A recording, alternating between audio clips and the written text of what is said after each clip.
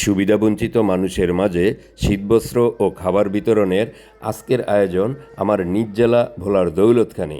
স্বভাবতই একটা টানটান উত্তেজনা ও ভালোবাসা নিয়ে ঢাকার সদরঘাট থেকে লঞ্চে রওনা দিলাম। ভোর 6টায় আমি ভোলা খেয়াঘাটের কাছাকাছি পৌঁছতেই আমাদের ভোলার যে প্রাকৃতিক সৌন্দর্য তা উপভোগ করলাম। অবশেষে ভোলা খেয়াঘাটে লঞ্চ আসলো, আমি নামার প্রস্তুতি নিলাম। খেয়াঘাটে লঞ্চ ভিড়তেই দুটি ছেলে আমার পিছু নিল। আমার কেবিনের সামনে আসলো আমার ব্যাগ নিবে, কিন্তু আমার কাছে তো পর্যাপ্ত ব্যাগ নেই। তারপরও ওদেরকে খুশি করার জন্য আমার ছোট দুটি ব্যাগ ওদের হাতে দেই এবং ওরা আমার জন্য একটা অটো রেডি করলো। আমি এখান থেকে সরাসরি যাব দৌলত খাঁ। ওদেরকে কত দিব জিজ্ঞেস করতে ওরা বলল, স্যার আপনার ইচ্ছা। কত তোর কত লাগবো?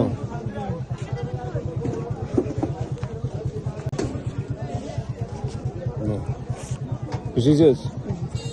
তোর লাগবো?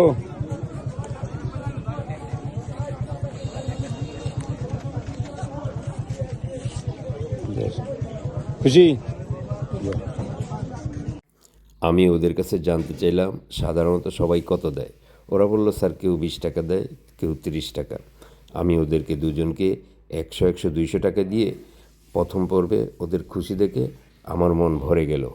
আমি এবার ছুটলাম আমার নিজ জন্মভূমি দৌলত খাঁর উদ্দেশ্যে।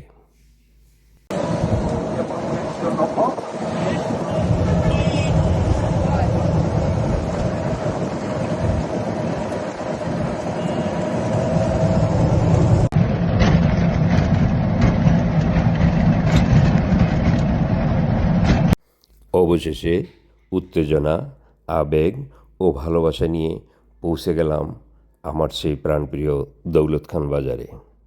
আমি পৌঁছে দেখলাম সকল আয়োজন রেডি। আমিও কাজে লেগে গেলাম। আমার শ্রদ্ধাভাজন বড় ভাই ইমরানুল হক এত সুন্দর করে আয়োজনটি করেছে, আমি দেখে মুগ্ধ।